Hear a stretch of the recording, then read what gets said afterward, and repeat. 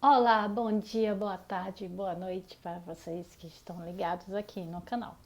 Então, hoje a gente vai falar sobre mecanismo de defesa. Eu pensei em falar sobre mecanismo de defesa justamente pelo fato de ser uma coisa que fazemos habitualmente no nosso dia a dia. E o que é que fala do mecanismo de defesa? O que é isso? Então, nada mais é do que uma realidade que ela não é. A gente utiliza esses argumentos de mecanismo de defesa como uma forma de proteção. E se vocês gostarem desse momento de hoje, vocês vão colocar aqui nos comentários. Aí eu faço um vídeo número 2 sobre os mecanismos de defesa. Depois eu faço um outro vídeo dos outros tipos de mecanismo que muita gente não conhece, mas que usa sempre. O mecanismo de defesa é uma forma que a gente tem de reação para evitar o desprazer de algumas situações. A pessoa acaba deformando uma situação e suprimindo uma realidade. E para o nosso grande Freud, ele diz que a defesa é a operação pela qual o ego exclui da consciência os conteúdos indesejáveis, projetando dessa forma o aparelho psíquico. Então, a gente está trabalhando aqui com a questão de ego e essas defesas que foram postuladas pelo indivíduo no momento em que ele passa pela reação de crise, tá? E são inúmeros os mecanismos de defesa. Hoje eu listei 5 para a gente poder falar. E esses 5 eu quero que vocês remetam um pouco à realidade de vocês. Tenho certeza absoluta que já fizeram muito isso. Em músicas, no dia a dia. Vocês fazem e não têm percepção disso. Então, o primeiro mecanismo de defesa que a gente vai falar, olha, é o recalque. Tem muitas músicas de funk aí falando recalque, beijinho no ombro. Então, o que é o recalque? O recalque é quando o indivíduo ele não vê, não ouve o que ocorre. Ou seja, a existência ele não quer assumir para ele. Esse mecanismo de defesa é bom? É bom. Tudo é bom e tudo é ruim à medida do esforço e da consequência que você leva para isso. Por que ele é bom? Porque ele faz com que você não use a negatividade que o outro transmite para você. Então, de fato, isso apodera de uma forma mais positiva. Mas quando ele é ruim, quando também você entra nesse processo ilusório e você acaba recalcando tudo que aparece para você e às vezes a crítica é positiva, não é negativa, e você utiliza de uma forma que fica como algo negativo sempre. Aí você entra nesse processo de paranoia, de achar que o outro sempre está fazendo algo contra você e tal. Então, esse é o mecanismo de defesa considerado mais radical. Por quê? Porque ele suprime essa percepção de uma realidade do que está acontecendo e você acaba entrando em outros viés, como eu falei agora, que você pode entrar até num processo paranoico, não é isso? O segundo mecanismo de defesa que eu separei para vocês aqui é a regressão. A regressão é quando um indivíduo retorna a etapas anteriores do seu desenvolvimento. Isso é bem interessante, isso já aconteceu muito. Como que faz esse processo de regressão? Às vezes você tem uma pessoa lá, poderosa, firme, forte, aquela pessoa que sempre fala que consegue resolver tudo e afins, mas em algumas coisas bem básicas ele acomete de um temor, como por exemplo, você tem uma pessoa que eu consigo enfrentar muita coisa, mas uma barata, uma minhoca, um rato apareceu na sua frente, ou você teve que subir um local muito alto e olhar para baixo, e a pessoa entra em desespero.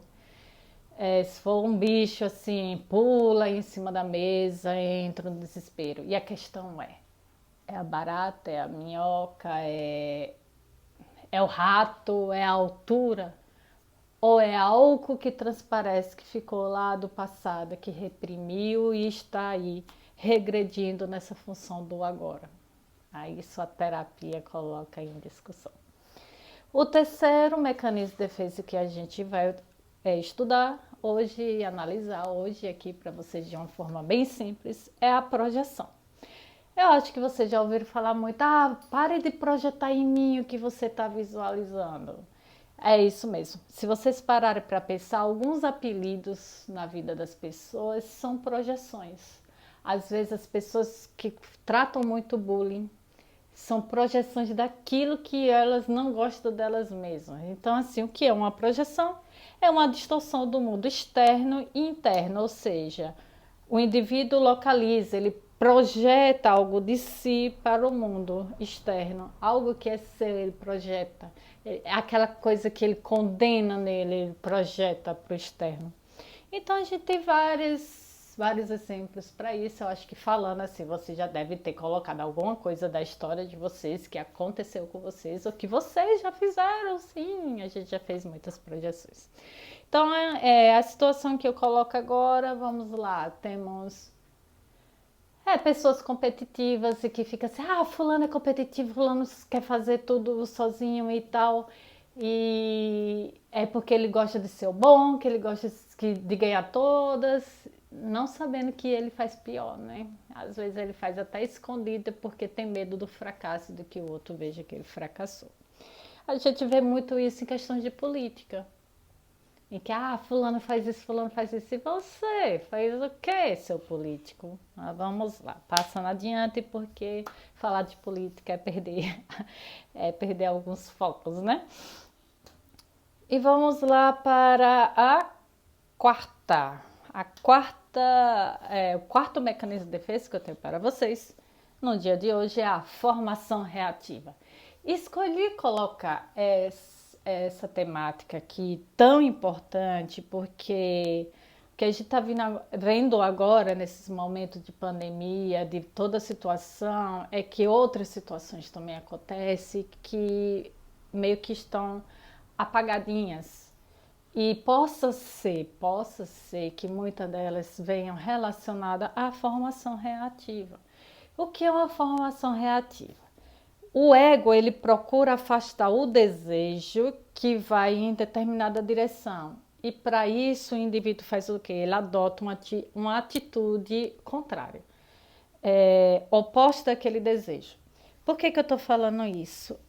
Quando a gente está ouvindo um paciente, a gente escuta de todas as questões e a gente se programa. A psicologia, ela vai fazer um estudo daquele indivíduo em todas as suas questões. E na psicanálise a gente tem as etapas, as estruturações de fazer isso.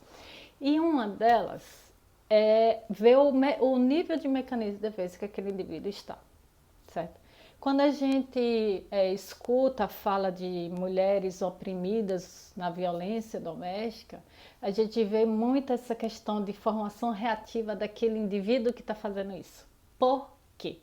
Porque a fala é sempre recorrente aquela. Ele vai lá, ele faz a violência física, ou moral, ou emotiva na mulher, e ele faz aquele alarde todo por uma questão de ciúmes, uma questão possessiva, uma questão de sempre excessiva, de alguma condição sempre excessiva, e ele sempre tem a frase no final: eu só fiz isso porque eu amo você. Isso tudo acontece porque eu te amo. Então, isso voga de uma responsabilidade de dizer, eu tô sendo assim por excesso de amor. Então, assim, eu faço uma formação reativa, ou seja, eu digo, eu tenho um desejo maior atrás disso e eu me comporto de uma forma diferenciada. E assim, não estava aqui no script, mas me fez agora lembrar um outro mecanismo que muitos não consideram como mecanismo de defesa, mas eu considero no estudo da psicanálise, eu considero como um mecanismo de defesa, sim, que é uma chamada identificação com o agressor. Existe esse mecanismo. A gente tem um mecanismo de defesa chamado de identificação, que a gente, se vocês gostarem, a gente pode fazer o vídeo 2, continuando com os mecanismos de defesa. É que senão vai estender muito, são muitos mecanismos de defesa. Mas a identificação com o agressor, ela surge no momento em que o sujeito, ele defronta-se com o perigo, com aquela ameaça.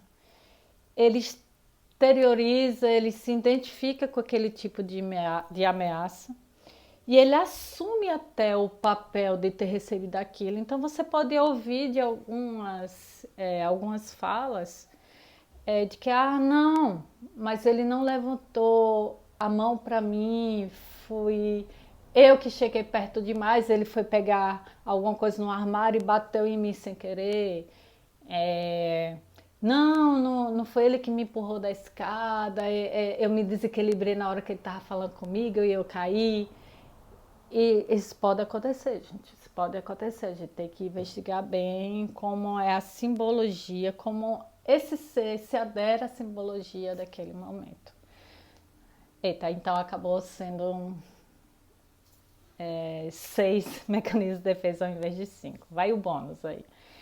E pra gente finalizar, para o vídeo não ficar muito longo, eu coloquei um mecanismo de defesa sublimação, que para mim ele é um dos mais utilizados e que a gente não percebe que utiliza. Sublima.